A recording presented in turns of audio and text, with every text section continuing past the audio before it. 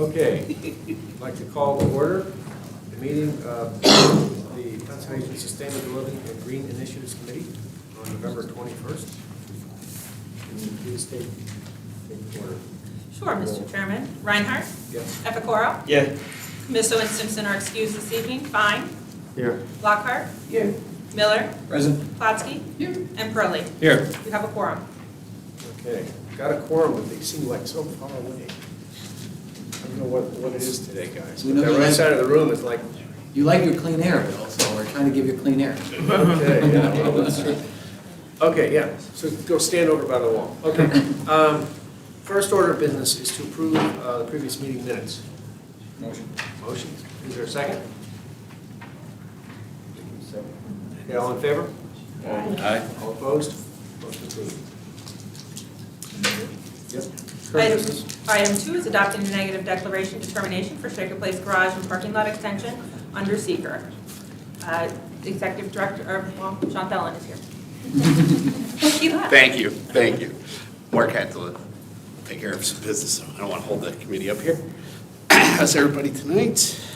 Good. So we're asking for, to adopt the negative declaration that was found out at the Hill House site, where the part of the 2024 to 2028 capital plan proposes the building of a multi-use facility, which will be shared between Shaker Place and Department of Public Works.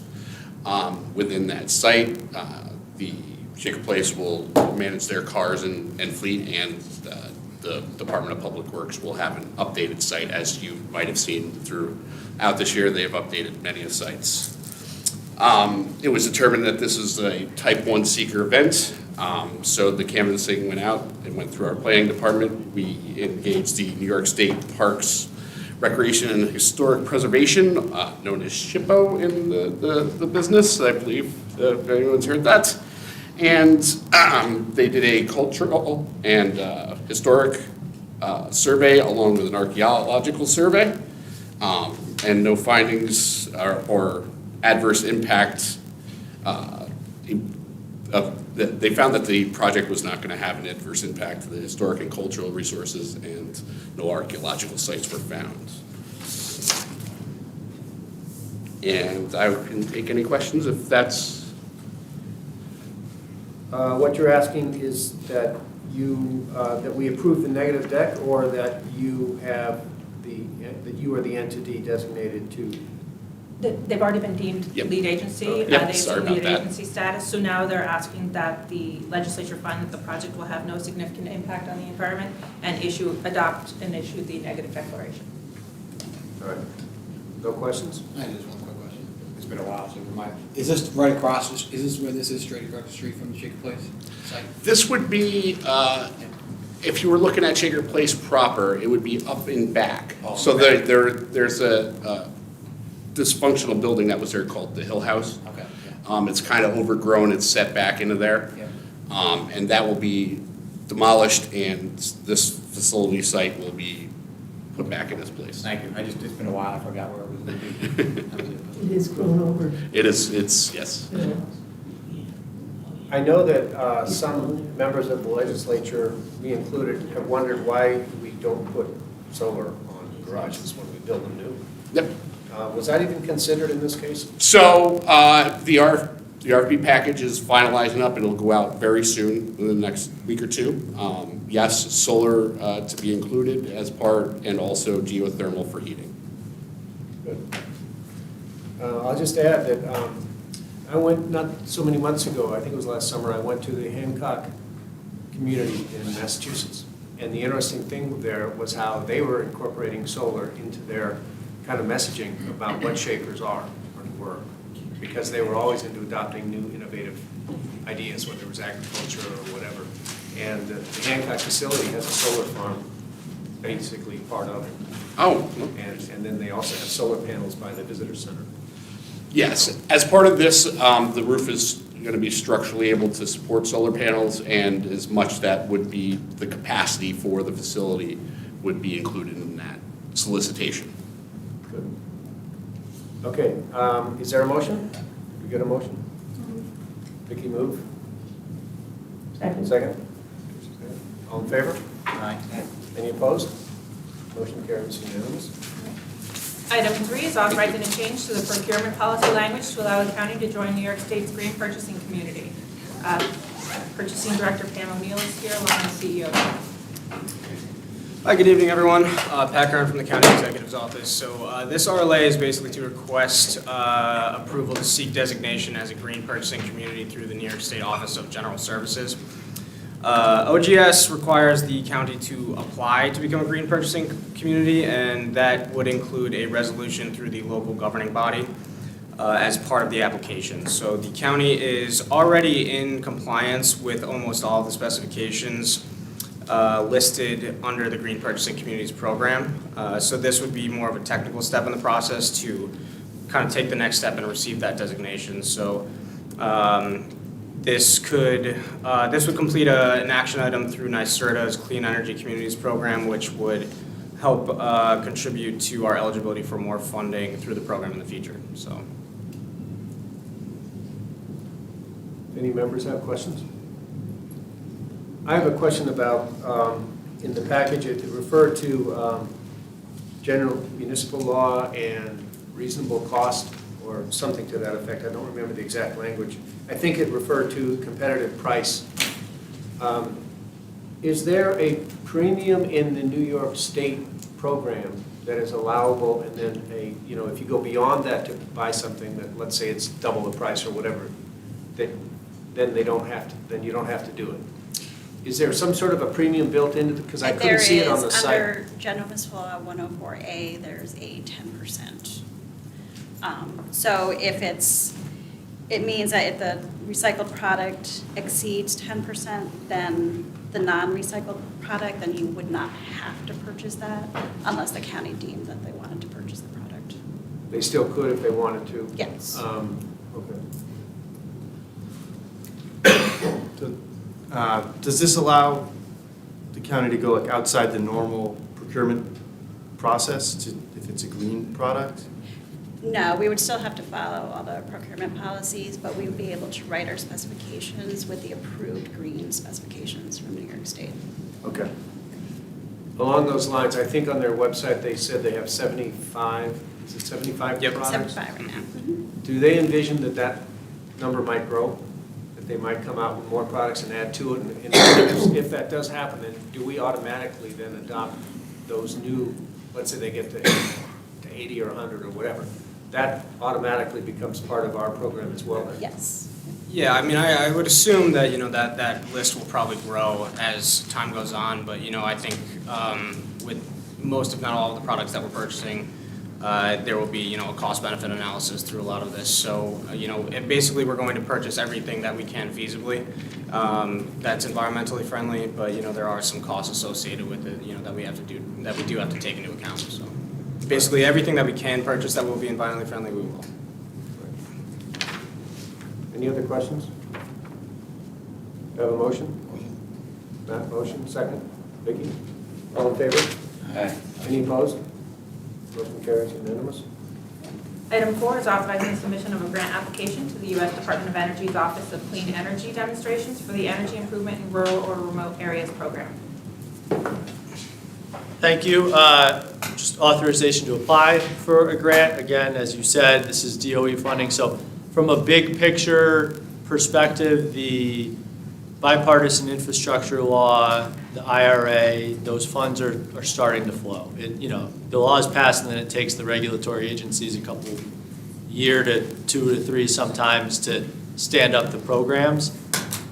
Now, thankfully, we're in a position where a lot of that federal funding is becoming available. This is one of those instances, and this is a application for a grant program. It was a consortium. We worked with Cornell Co-op, the Affordable Housing Partnership, and a local energy services company to put together a proposal that responded to an RFP for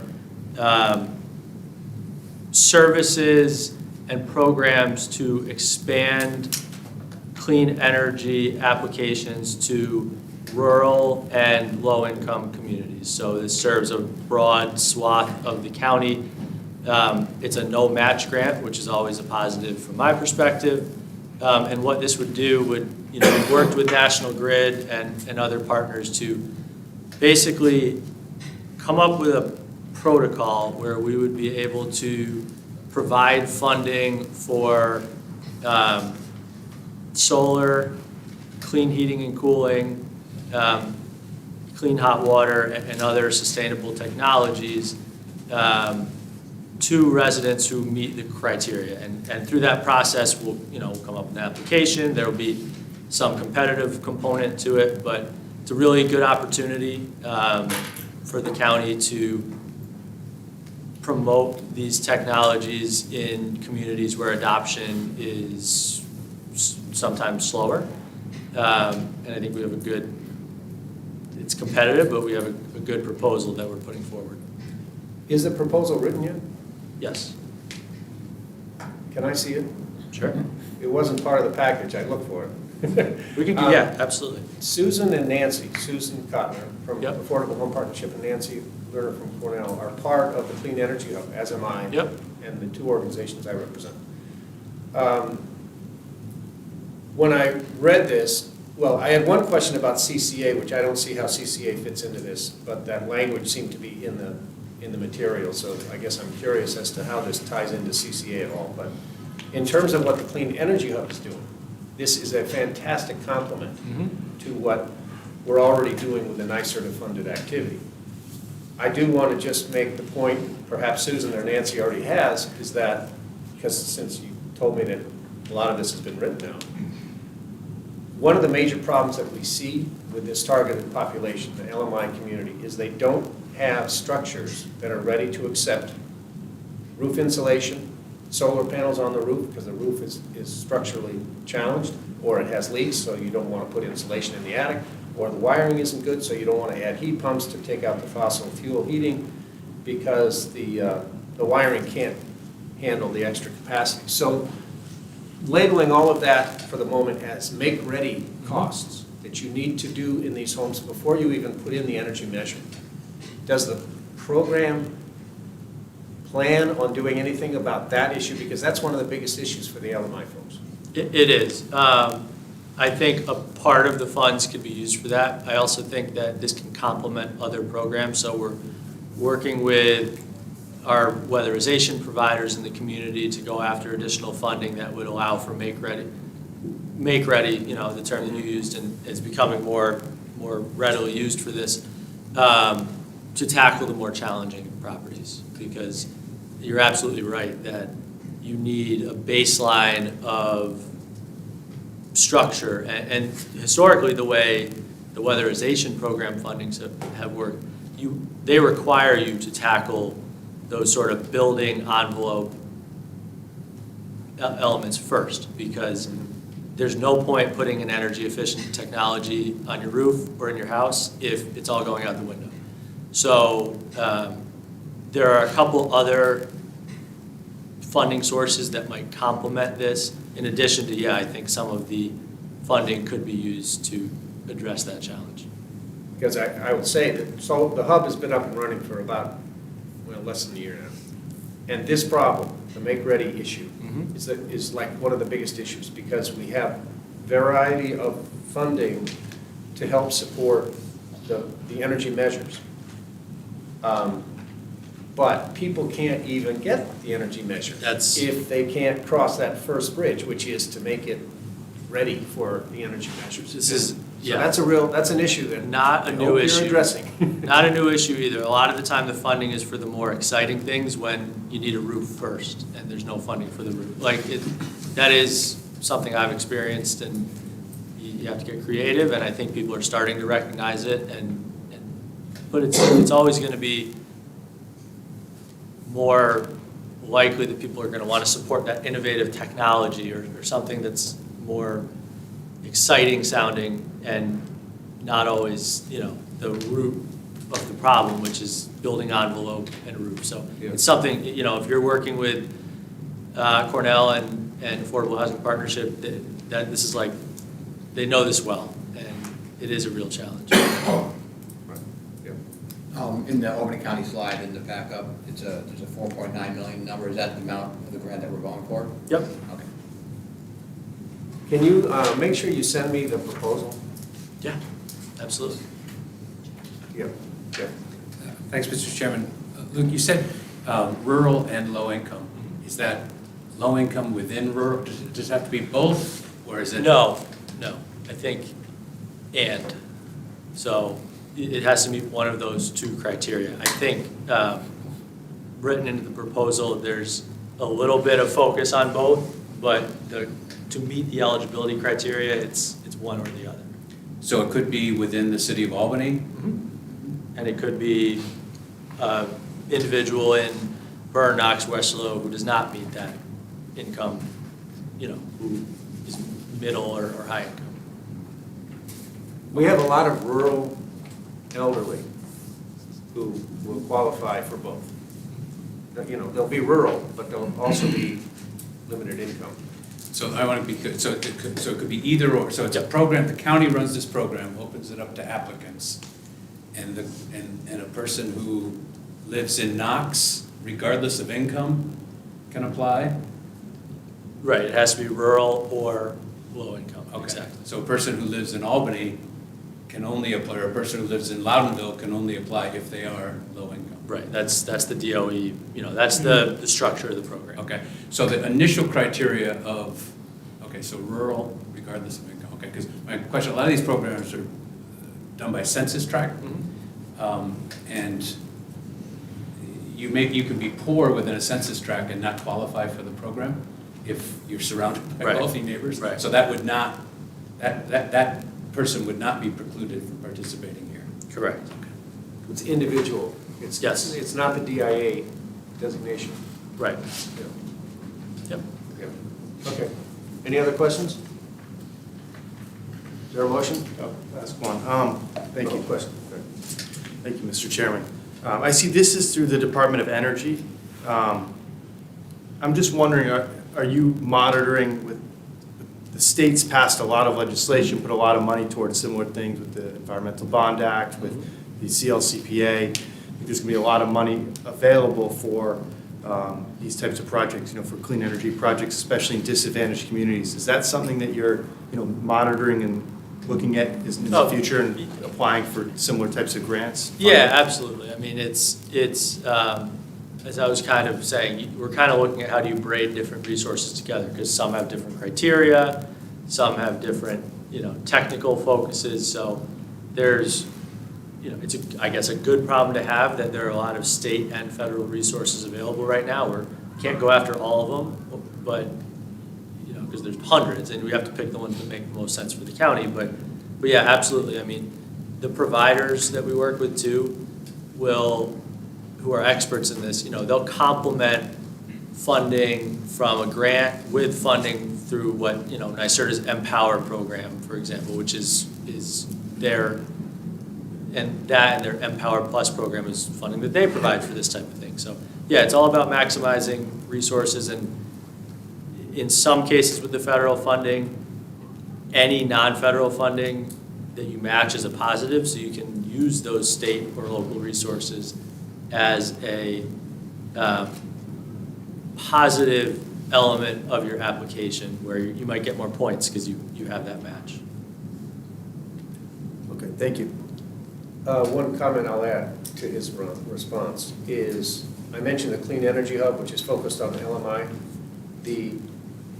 One of the pieces of the hubs is to have energy advisors, and that's their job, to do exactly what Luke just talked about, is looking at the federal funds, the weatherization monies, the NYSERDA funds, and figuring out how do you meld those together so that the customer gets the work done, we hit our metrics, and everybody's better off.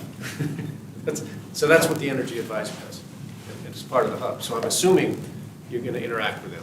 If you're not, you're really stupid. No, it's built into, obviously working with Sue and Cornell. Sue and Nancy are, Yeah, they're the leaders of the energy advisors within the program. Exactly. So that's where they do, like you said, complement each other well, because the hub does a lot of the sort of soft, stuff where it's not the actual, technology, but it's all of the engagement and all of the connecting and the assessments And then this could theoretically back that up with actual funding for improvements. Right. All right. Motion. Yeah. Is there a second? All in favor? Aye. Any opposed? When do you find out, by the way? March?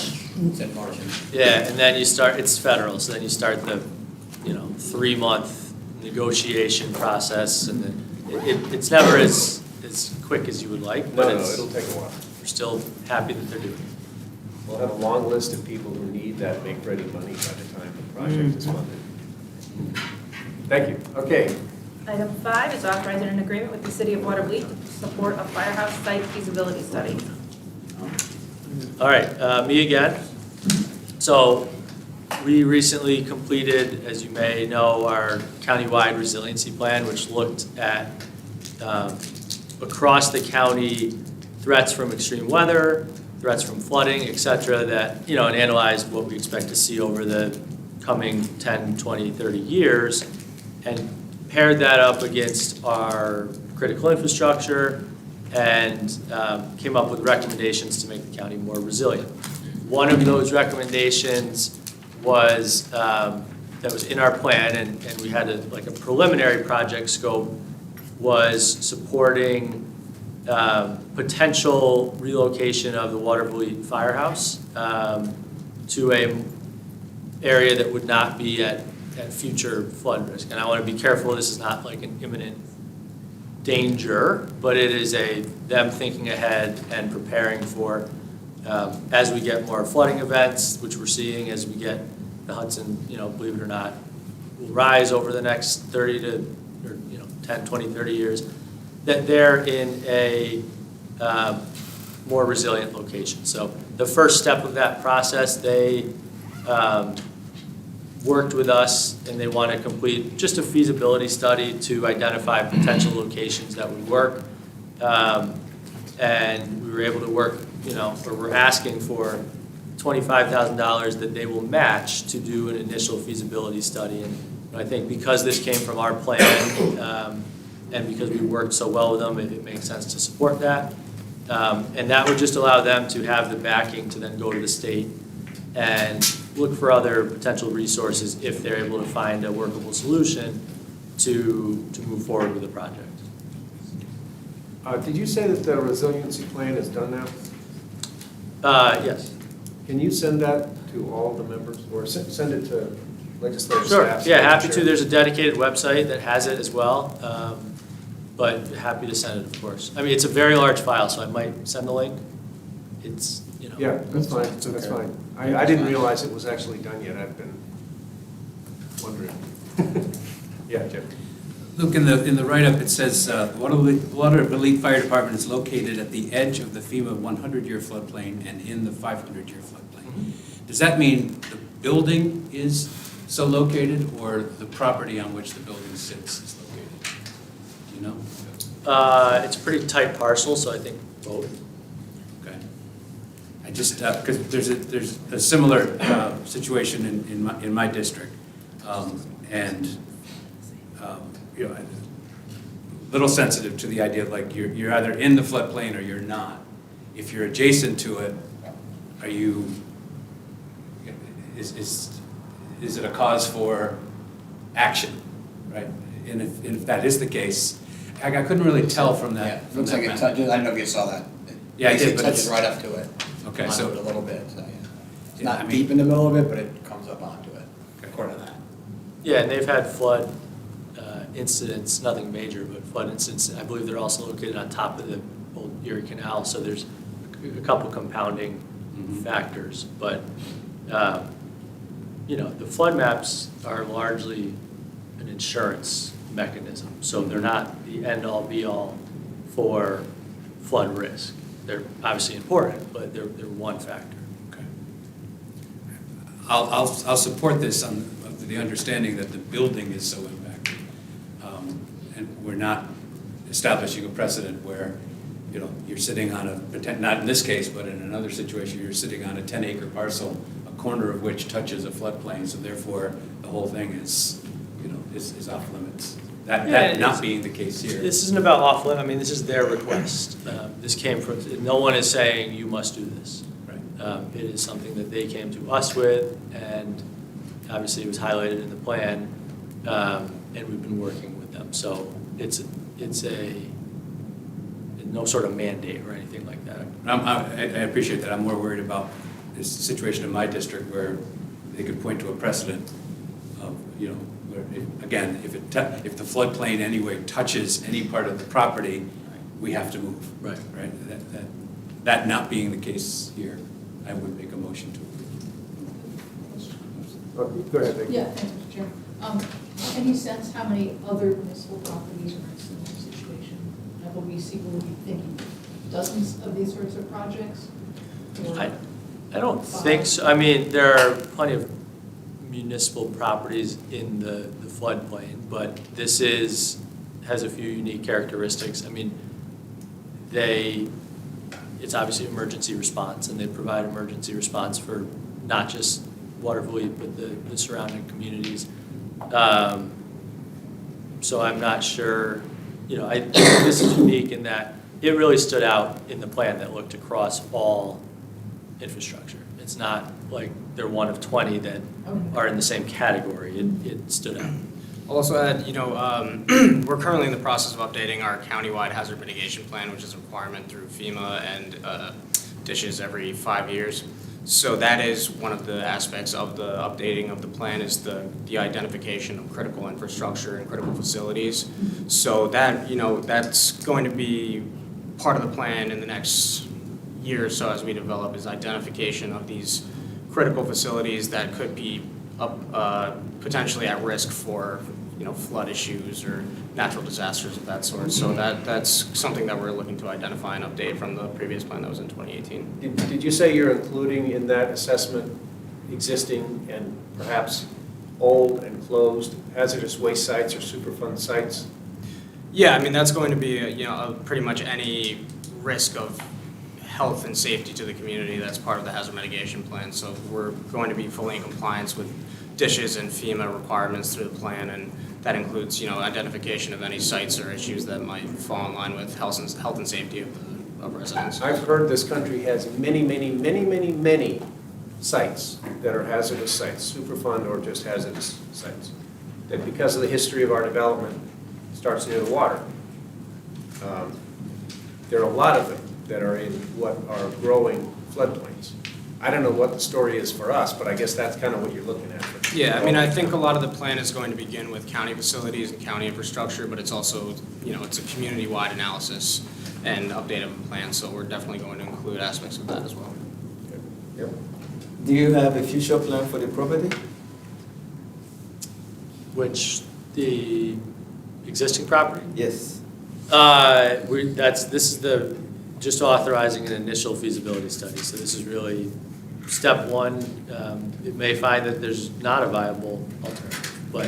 And it's not on property either way, right? Right, this is city property, yes. It's a city. So, but that's certainly something, it makes sense to be part of the conversation if they do identify a location that works for, and we're letting them drive, obviously, the ship on this. This is their infrastructure, their community.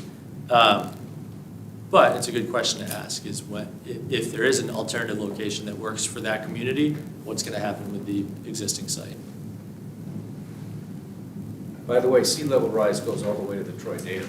That's I didn't realize Little when I known first fact. joined Bethlehem Town Board that you had to worry about sea level rise, but we do. And everybody else does, all the way up. Okay, You made a so motion? Second. Jeff made a motion. Right, is there a second? Second. Matt, second. Okay, all in favor? Aye. All opposed? Motion carries. Motion to adjourn. Motion. Second? Second. Second? I think we're all in favor. All right. Motion adjourned. The meeting adjourned.